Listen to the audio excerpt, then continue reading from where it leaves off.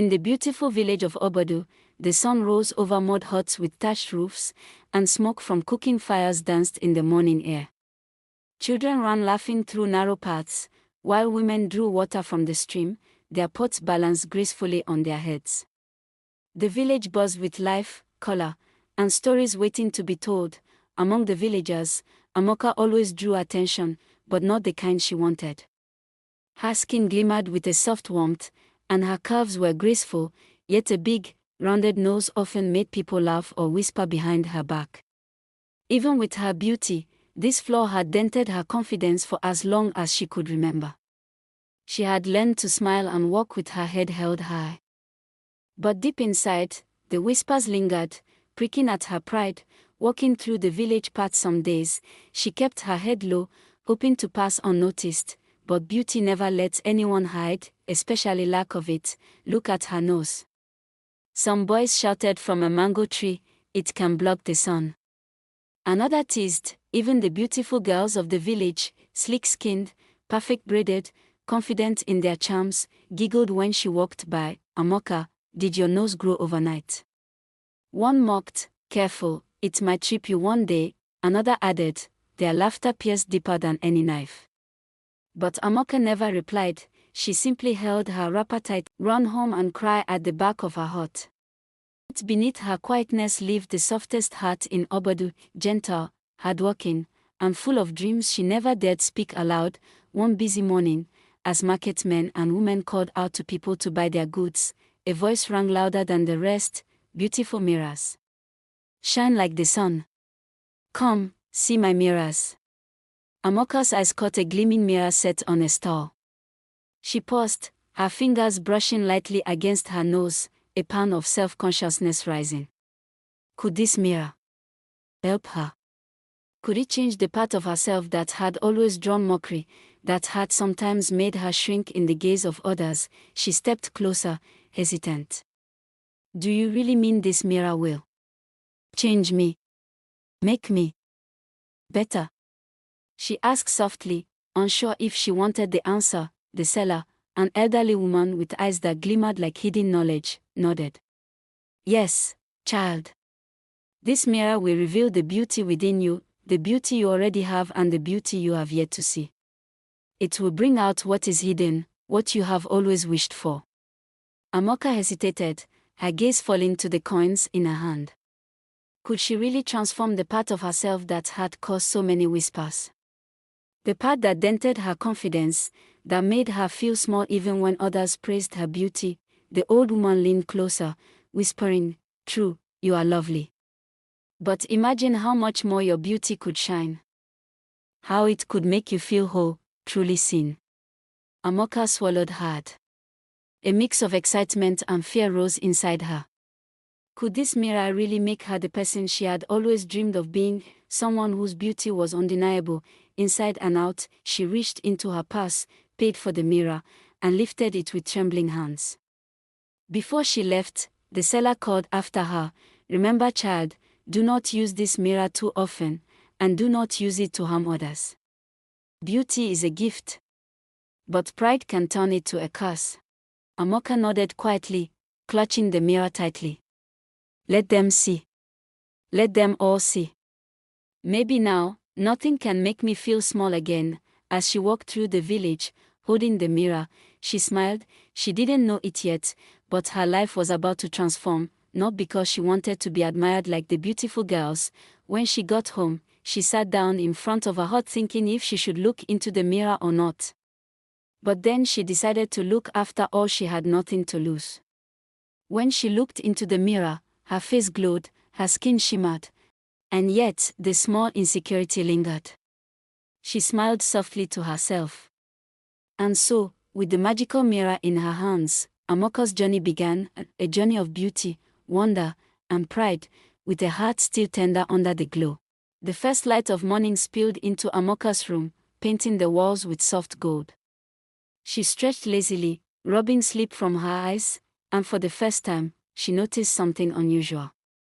Her hair, once short and plain, now tumbled down her back in long, flowing waves.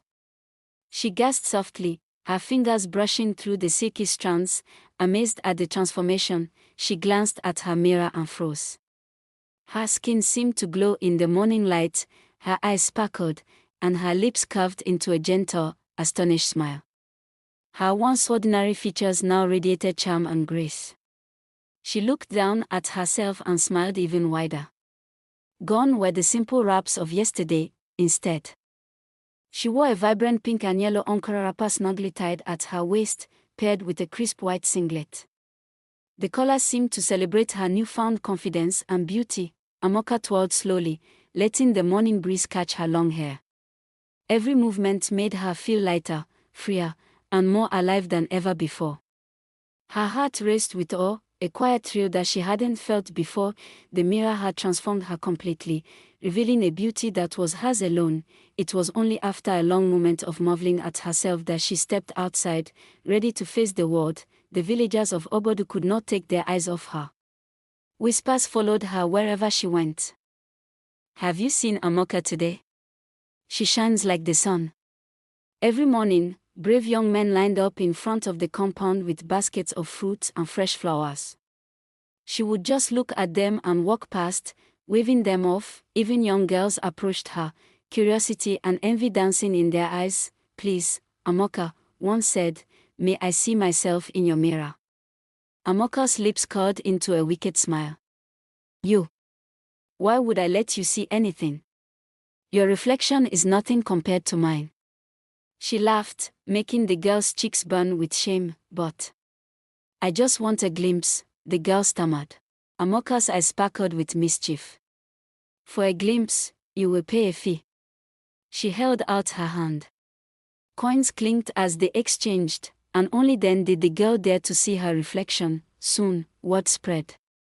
People from all over the neighboring villages came to Obodu, eager to see themselves, to learn their futures, or to receive advice, all for a price. Amaka grew wealthy, counting her coins with pride, adorning herself in finer clothes, brighter beads, and the richest fabrics. People started calling her Madam Beauty, and yet, even as she helped people, she mocked every soul who came near. "Pathetic," she whispered, "you call that beauty?" Her laughter followed them as they left. Humiliated and small, Amoka's pride did not stop there. A man, captivated by her beauty and wealth, fell for her charms. He gave her gifts, sought her attention, and lavished praise upon her.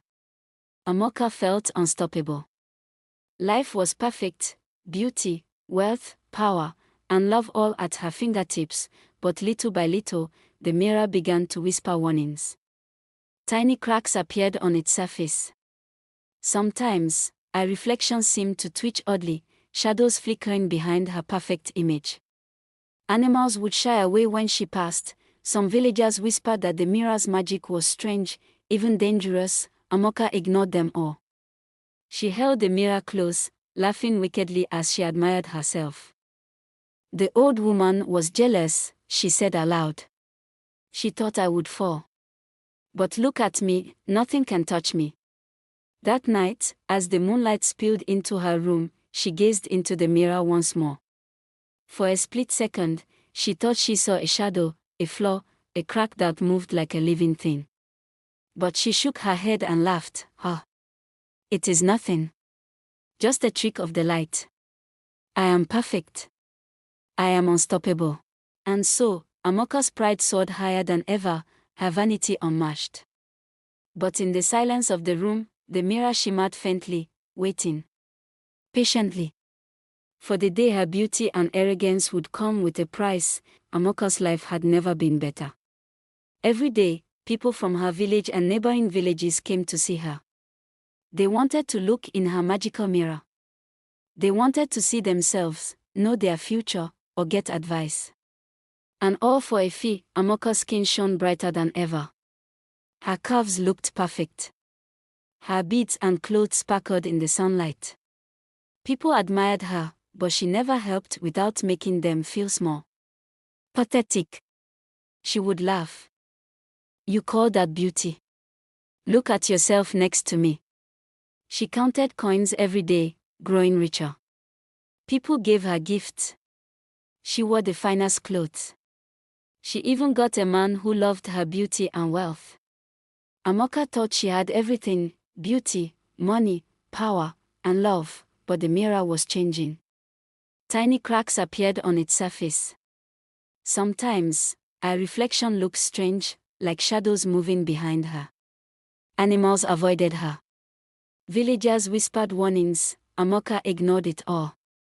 "Nothing can touch me," she said. "I am perfect." The old woman was jealous. "I am the queen of beauty." One morning, a loud crack echoed through her house. Amoka froze. The mirror had broken. Cracks ran across it. And the magical glow began to fade. Her skin lost its shine. Her curves faded. Her beads and clothes became dull. Coins slipped from her hands and disappeared. Her wealth was gone. Her man left her. "I cannot stay," he said. "You are not the same anymore." The villagers who once feared and admired her now whispered and laughed. "She laughed at us," they said. "Now see her. Pride has brought her down." Amoka wandered through the village weak and humiliated. She tried to lift the broken mirror, but it was useless. She fell to her knees, tears streaming down her face. "I was blind," she cried. "I mocked everyone, humiliated them, and now I have nothing." The wind whispered through the village, almost like it was saying, "Pride comes before a fall. Vanity always has a price." Amoka knelt on the dusty ground, heart full of regret. The mirror that gave her power now lay in useless shards. Beauty, wealth, and pride, nothing could save a heart that was cruel and vain, and from that day, the people of Obodu told the story of Amoka for generations: beware of pride. They would also add, a heart that mocks others will always meet its downfall. Moral: 1. Our insecurities can guide our choices, but true confidence starts with embracing who we already are. 2. Admiration is fleeting, humility makes beauty last. Pride and vanity can turn gifts into traps. 3. Kindness, respect, and humility endure. Mocking others or letting pride rule leads to downfall, no matter how radiant you seem.